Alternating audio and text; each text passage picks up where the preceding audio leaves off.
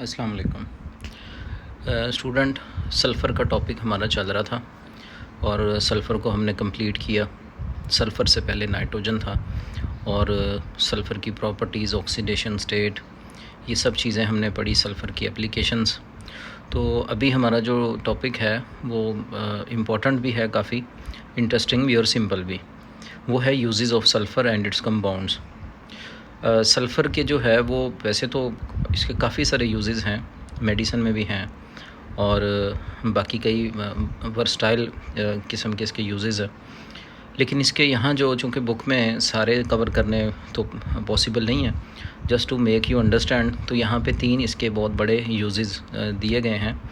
एक है इसका इंडस्ट्री में और अप्लाइड नेचर का, दूसरा फर्टिलाइज़र में और तीसरा है मिलिट्री में, और जो हमारे जो पिस्टल्स हैं, जो हमारे जो वेपन्स हैं, उनमें इसका बहुत बड़ा इस्तेमाल है। तो सबसे पहले यहाँ पे हम देखेंगे कि वल्कनाइजेशन जो है वो एक ऐसा प्रोसेस है, वल्कनाइजेशन एक ऐसा प्रोसेस है जिसमें हम sulphur is used as a cross linker for the rubber molecule chain. मतलब हमारे पास रबड़ है, फ़र्ज़ करें पॉलीथीन है, जो हम पॉलीइथाइलिन या पॉलीथीन, इस तरह के बहुत सारे डिफरेंट टाइप्स ऑफ पॉलीमर्स हैं। अगर उनमें हम सल्फ़र को as a cross linker use कर लें तो इस प्रोसेस को हम कहते हैं वल्कनाइजेशन। और इससे इम्प्रूव क्या होती है, स्ट्रेंथ, और रबड़ की स्ट्रेंथ इम्प्रूव होती है। मतलब एक तो रबड़ टेम्परेचर को बियर करना जो है वो बर्दाश्त कर लेती है, बियर कर लेती है हाई टेम्परेचर पर भी, और दूसरा इसकी जो टेंसाइल स्ट्रेंथ है वो बढ़ती है और ड्यूरेबिलिटी भी बढ़ती है। अब याद रखें, सल्फ़र जो क्रॉस लिंक है पॉलीमर में, ये रबड़ को हार्ड भी बनाता है, इलास्टिक भी बनाता है, और जैसे मैंने पहले कहा ड्यूरेबल भी बनाता है। अब यहाँ पे एक चीज़ आप नोट करें, एक फिगर है यहाँ पे सिंपल सी। ये आपके पास जो है ये ग्रीन कलर में, ये क्या है, ये है आपके पास कोई मॉलिक्यूल है, रबड़ का मॉलिक्यूल है। ये ऑर्गेनिक है और ये रबड़ का मॉलिक्यूल है, ये वाला ऊपर वाला। और एक है ये नीचे वाला मॉलिक्यूल, और एक है उससे नीचे वाला मॉलिक्यूल। अगर हम इन मॉलिक्यूल्स को कार्बन के ज़रिए से कनेक्ट कराते हैं तो वो ड्यूरेबिलिटी उस लेवल की नहीं होगी। लेकिन आपको पता है कि जो सल्फ़र है, सल्फ़र की ऑक्सीडेशन स्टेट भी ज़्यादा है और सल्फ़र इलेक्ट्रोनेगेटिव भी ज़्यादा है, और जब ये कोवलेंट बॉन्ड बनाएगा तो ये कोवलेंट बॉन्ड कार्बन की निस्बत जो है वो ज़्यादा स्ट्रॉन्ग होगा, जिसकी वजह से हम समझते हैं कि ये जो प्लास्टिक है इसकी जो प्रॉपर्टीज़ हैं वो एकदम चेंज हो जाएंगी। ठीक, तो इसीलिए हम सल्फ़र को वल्कनाइज्ड रबड़ बनाने में इस्तेमाल करते हैं। क्या करते हैं, वल्कनाइज्ड रबड़ बनाने में इस्तेमाल करते हैं, और ये सिंपल रबड़ से कहीं ज़्यादा बेहतर इसके रिज़ल्ट होते हैं। अब याद रखें, सल्फ़र ये ऊपर जो है वो आपके पास एक चेन है पॉलीथीन की, पॉलीमर है कोई, और ये एक नीचे है। अगर एक सिर्फ एटम है जिसने इसको क्रॉस लिंक किया हुआ है तो इसे हम कहते हैं मोनोसल्फाइड। ये हीट रेजिस्टेंट है। अगर 2 सल्फ़र के एटम आ गए तो हम इसे कहेंगे डाईसल्फाइड, और ये बैलेंस्ड प्रोफाइल है। बैलेंस्ड प्रोफाइल का मतलब ये होता है कि ये हीट रेजिस्टेंट भी होता है और ड्यूरेबल भी होता है, और इसकी जो स्ट्रेंथ है वो कदरे ज़्यादा होती है। फिर है ये कि अगर आपके पास ज़्यादा आ जाएं, जिसे हम पॉली बैकबोन या रॉ रबड़ बोलते हैं, तो इसमें पॉली सल्फ़र रबड़ है, ये डाईसल्फाइड है, ये पॉलीसल्फाइड है, ये मोनोसल्फाइड है। तो इसी तरह से इसकी फ्लेक्सिबिलिटी बढ़ जाती है। फ्लेक्सिबल मतलब इसकी जो है वो डक्टिलिटी बहुत बढ़ जाती है। तो ये एक स्ट्रक्चर है सिंपल रबड़ का, जिसमें सल्फ़र को हमने as a cross link use किया। तो अभी तक हमने क्या पढ़ा कि सल्फ़र को हम पहला यूज़ कर सकते हैं to improve the elasticity, durability and heat resistant of the simple plastic by using sulphur as a cross linker between the two polymer chains. अब दूसरा इसका जो यूज़ है वो है फर्टिलाइज़र में। फर्टिलाइज़र को हम पहले भी डिस्कस कर चुके हैं। सल्फ़र एक इसेंशियल न्यूट्रिएंट है प्लांट ग्रोथ का। दूसरा sulphate restoration, When soils become depleted in sulfate, sulphur can restore applying sulphur containing, यानी कि नाइट्रोजन और फास्फोरस के जो फर्टिलाइज़र्स हैं उनके ऊपर हम कोटिंग कर देते हैं सल्फ़र की। और सल्फ़र की कोटिंग से क्या क्या बेनिफिट्स मिलते हैं अभी मैं आपको वैसे बता देता हूँ।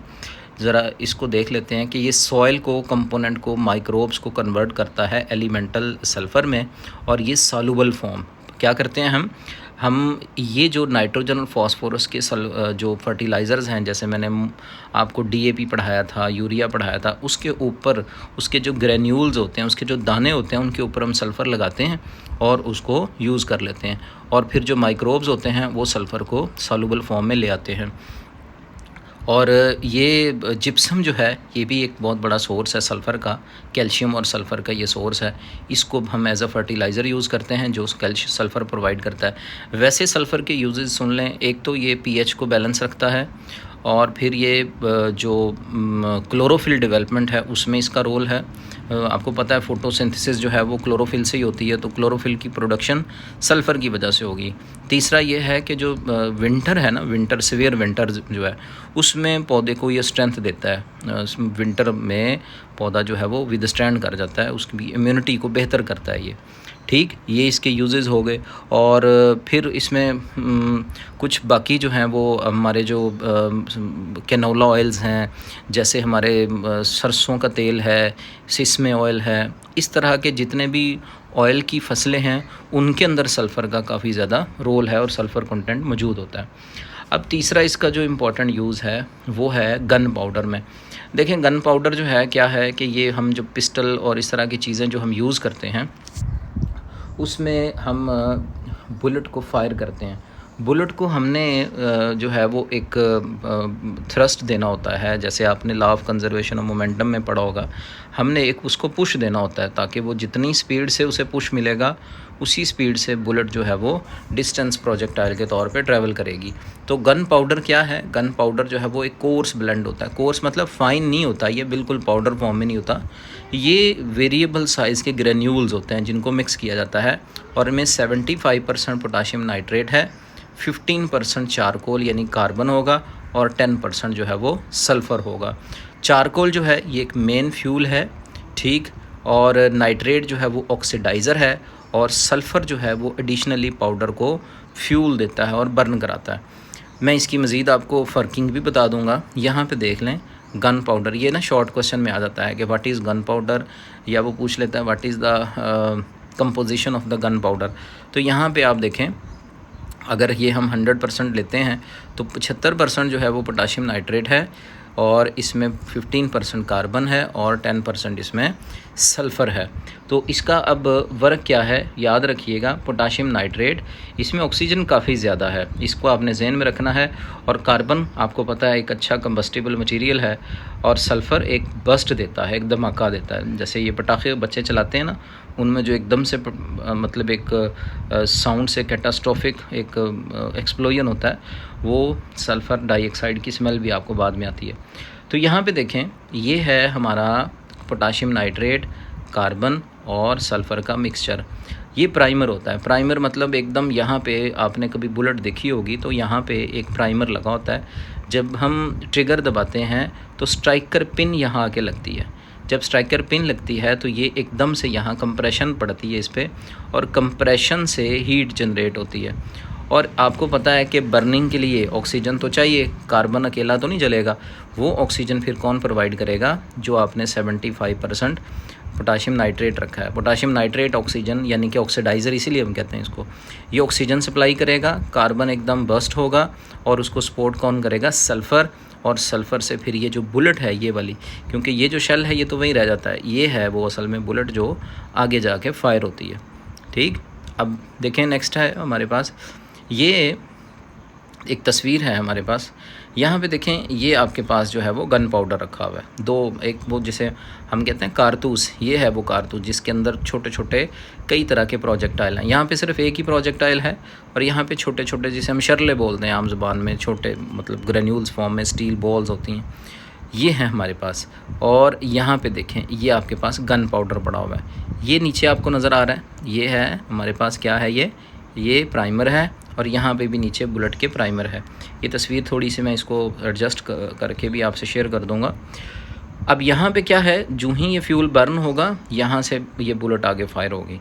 इसी तरह से यहाँ जब ये गन पाउडर फायर होगा, ये इसको प्रेस करेगा और ये जितने भी हमारे पास प्रोजेक्टाइल्स हैं ये यहाँ से, इस जगह से ये कारतूस से बाहर आएंगे और ये फायर होंगे। अब यहाँ पे क्विक चेक में एक ऐड है हमारे पास, उसमें हमने पढ़ना है, एक क्वेश्चन आ सकता है पेपर में, what is the function of sulphur dioxide and sulphate in salt in preserving the food.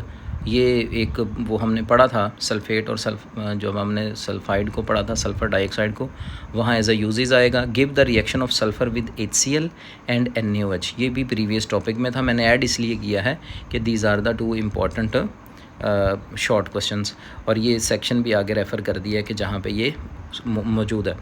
अब याद रखें, मैं यहाँ पे इसको एक 1 मिनट में इसको अगर हम रिवाइज़ कर लें तो सल्फ़र के हमने यहाँ 3 यूजेस पढ़े हैं। एक है रबड़ इंडस्ट्री में, रबड़ को इम्प्रूव करने की प्रॉपर्टीज़।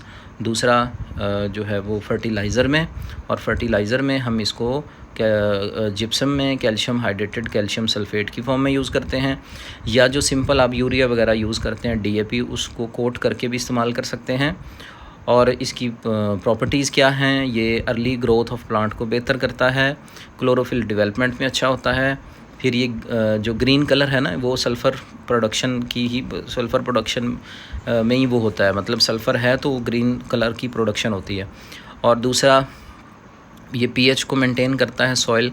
और फिर जितने भी ऑयली हमारे प्लांट्स हैं जैसे सरसों का, कैनोला वगैरह, इन सब में भी सल्फ़र होता है। और तीसरा मैंने जो यूज़ आपको पढ़ाया वो था गन पाउडर में, और गन पाउडर में पोटाशियम नाइट्रेट 75% होता है, और कार्बन जो है 15% और 10% उसमें सल्फ़र है। ये मिक्सचर हम डालते हैं, और इस मिक्सचर से जब हम स्ट्राइकर पिन मारते हैं, उसके ऊपर स्ट्राइकर से स्ट्राइक लगता है तो वहाँ पे फिर एकदम से कंबस्शन होती है। कार्बन को जलने में मदद देता है पोटाशियम नाइट्रेट, क्योंकि उसके पास काफ़ी सारी ऑक्सीजन है, और सल्फ़र जो है वो रेस्ट ऑफ द बस्ट देता है, और जिससे बुलेट फायर हो जाती है।